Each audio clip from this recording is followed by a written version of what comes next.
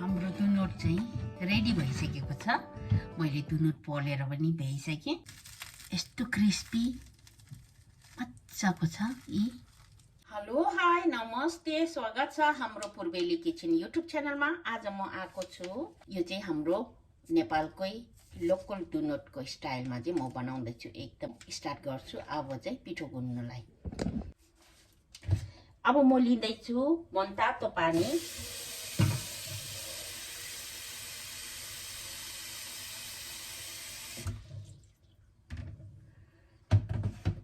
मनतातो पानी half litre जति लिएको छु मैले। यो पुरै यस हाल्दिने। 7 ग्राम थोरै लिन्छु नुन, किनभने यसलाई चाहिँ राम्रो एक्टिभ होस् भनेर चाहिँ नुन पनि हालिदिने, थोरै मात्रै। अब यसलाई चाहिँ यसरी फिट्ने मजाले।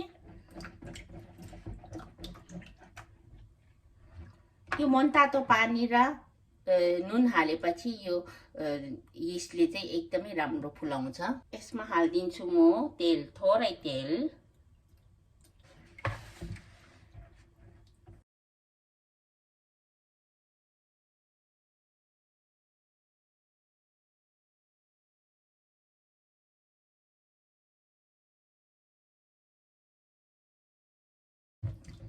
अब मैदालाई हालिदिउँ।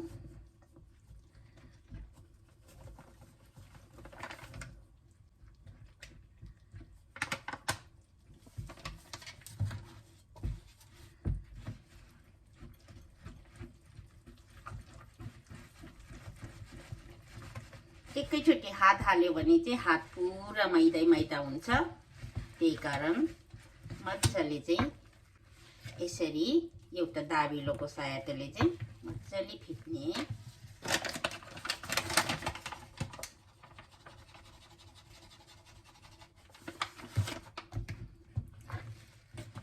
डो यतिको भइसकेपछि मैदा चाहिँ अर्काल्दै हाल्ने।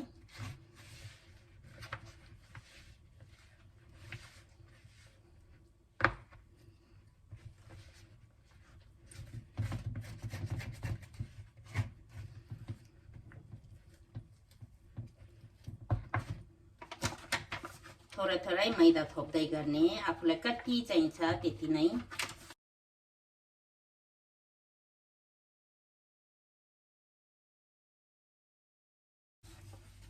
दुनटको डो चाहिँ धेरै साह्रो हुनु हुँदैन, ठिक्कको गिलो हुनुपर्छ। अब चाहिँ म हातले मोल्छु है त।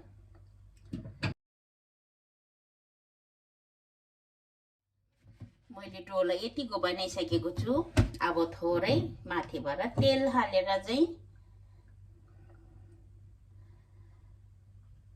सबैतिर तेल लाग्ने गर्ने। आज चाहिँ मैले हाम्रो नेपालकै लोकल दुनट बनाउन लागेको है। एकदमै यो विदेशी स्टाइलमा दुनट होइन, यो चाहिँ हाम्रो नेपालतिर पाउने लोकल दुनट जस्तै बनाउन लागेको। चियासँग एकदमै मिठो हुन्छ। म अब यो डोलाई चाहिँ यसरी राखेर छोपिदिन्छु। अब यसलाई यसरी छोप्ने, एउटा गरुङ थालले चाहिँ यसरी राख्ने छोपेर। अब यसलाई चाहिँ यसरी यसलाई चाहिँ मजाले एक्टिभ हुन दिने है।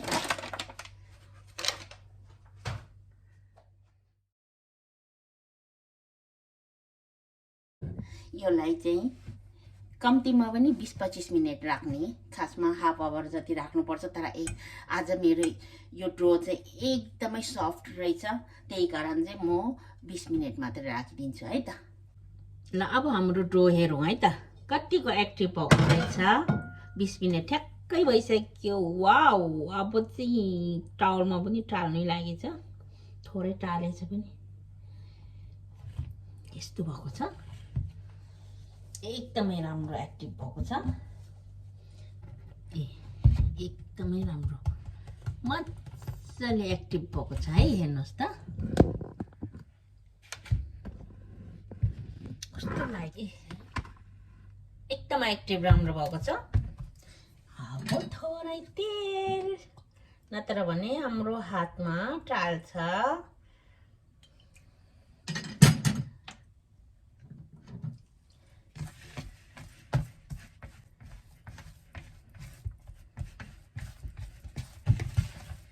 एकदमै सफ्ट भएको छ। डोनटको लागि चाहिँ यस्तो चाहिन्छ हाम्रो लोकल डोनट बनाउनुको लागि चाहिँ।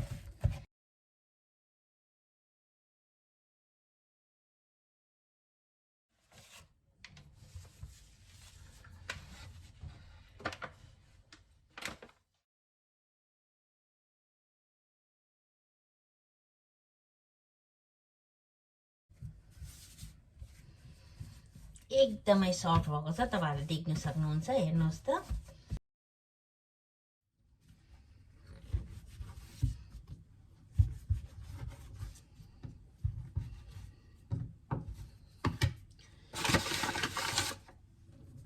मैले 4 भाग पारे।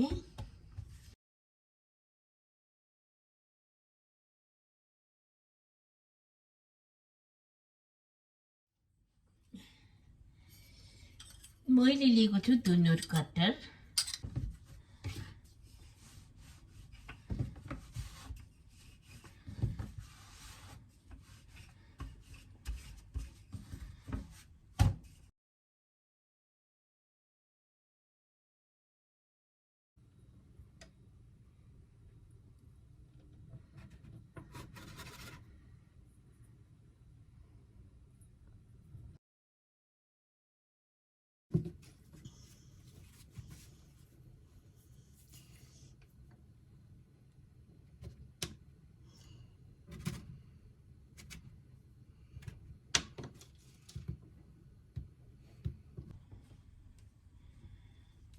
खासमा हातले लिएर यसो गर्दा पनि हुन्छ, तर अलिकति शेप राम्रो होस् भनेर चाहिँ मैले त्यो गरेको हो।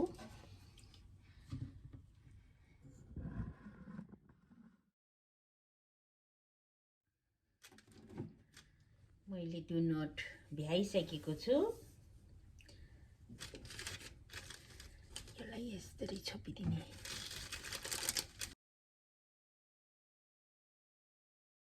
मैले यो खाले तावा लिएको छु।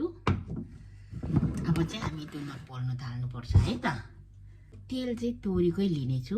यो तोरीको तेल हो। तोरीको तेलले चाहिँ किचनहरु चाहिँ गनाउँदैन है।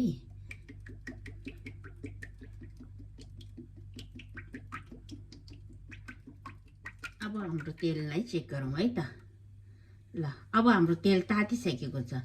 तेलमा यसरी त्यो सिन्का डुबाउँदाखेरि यसरी फिसायो भने चाहिँ तेल तातिसकेको छ। अब चाहिँ तेल तात्यो। अब बनाउन सुरु गरौँ है त। डोनट तारिसकेर निकाल्नुको लागि चाहिँ मोमोको भाँडा लिएको छु। अब चाहिँ डोनट बनाउन सुरु गरौँ है त।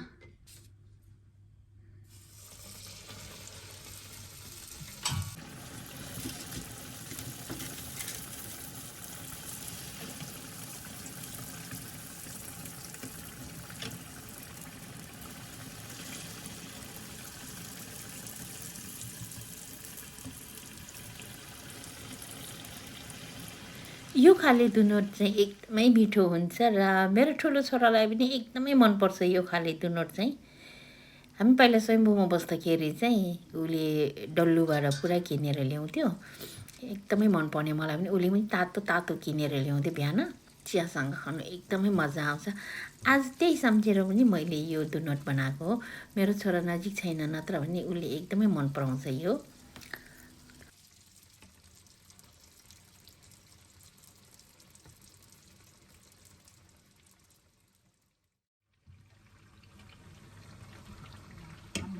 चाहिँ रेडी भइसकेको छ। मैले डोनट पोलेर पनि भ्याइसकेँ र अब चाहिँ योसँग खानको लागि चाहिँ म चिया बनाउँदैछु है त। आज सटरडेको खाजा अनि मैले डोनट बनाएको छु। हेर्नुहोस् त, यस्तो क्रिस्पी मजाको छ। यस्तो राम्रो भएको छ। बास्ना एकदमै राम्रो र खानुलाई पनि एकदमै मजाको भइरहेछ। अब म योसँग खानुको लागि चाहिँ चिया बनाउँछु। आधा गिलास पानीमा चाहिँ 1 चम्चा यो मसला टी यो चाहिँ इलामको चिया है यसमा चाहिँ सबै हुन्छ दालचिनी सुकमेल ल्वाङ सबै हुन्छ यसमा केही पनि हाल्नु पर्दैन यो मात्रै हाले हुन्छ म चाहिँ 1.5 टीस्पून चियापत्ती हालिदिन्छु यसलाई मजाले उम्लिनु दिने ल अब चाहिँ हाम्रो चिया उम्लिसकेको छ अब दुध हालिदिउँ है त म चाहिँ चिनी नखाने भएकोले चाहिँ म चाहिँ यो सुगर फ्री ट्याब्लेट चाहिँ युज गर्छु 2टा हेर्नुस् त चिया मजाले उम्लिरहेछ बास्ना एकदमै राम्रो आइरहेछ ल्वाङ सुकमेल सबै यसमै हुन्छ अदुवा ल्वाङ सुकमेल तेजपत्ता सबै यसमा हालिराखेको हुन्छ र मैले दुनोट यहाँ सर्भ गरिसकेको छु अब चाहिँ तातो चियासँग तातो दुनोट चाहिँ मजाले खाउँ है त अब चिया सर्भ गरौँ है त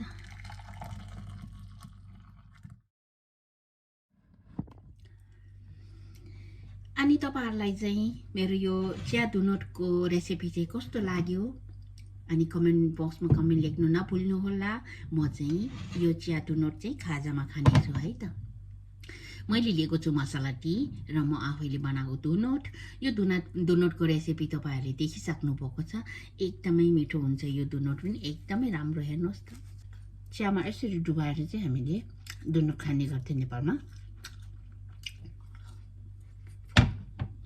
एकदमै मिठो दुनोटमा चाहिँ तपाईहरुले कहिले पनि चिनी नहाल्नुहोस् दुनोटमा चिनी हाल्यो भने त्यति मिठो हुँदैन र मलाई चाहिँ चिनी खानु पनि हुँदैन त्यही कारण मैले चिनी हालिन नुन थोरै हाल्ने एकदमै सफ्ट पनि हुने र एकदमै क्रिस्पी हुने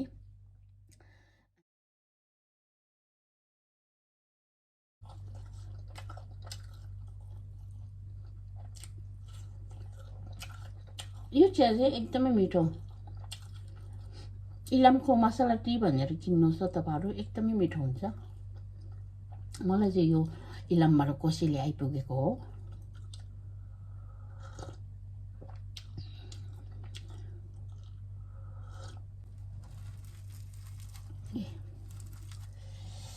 यसरी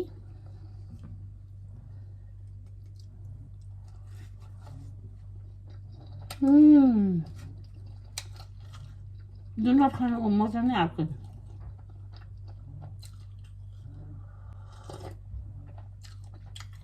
मसला टीसँग दुनोट एकदमै मिठो यसो डुबाएर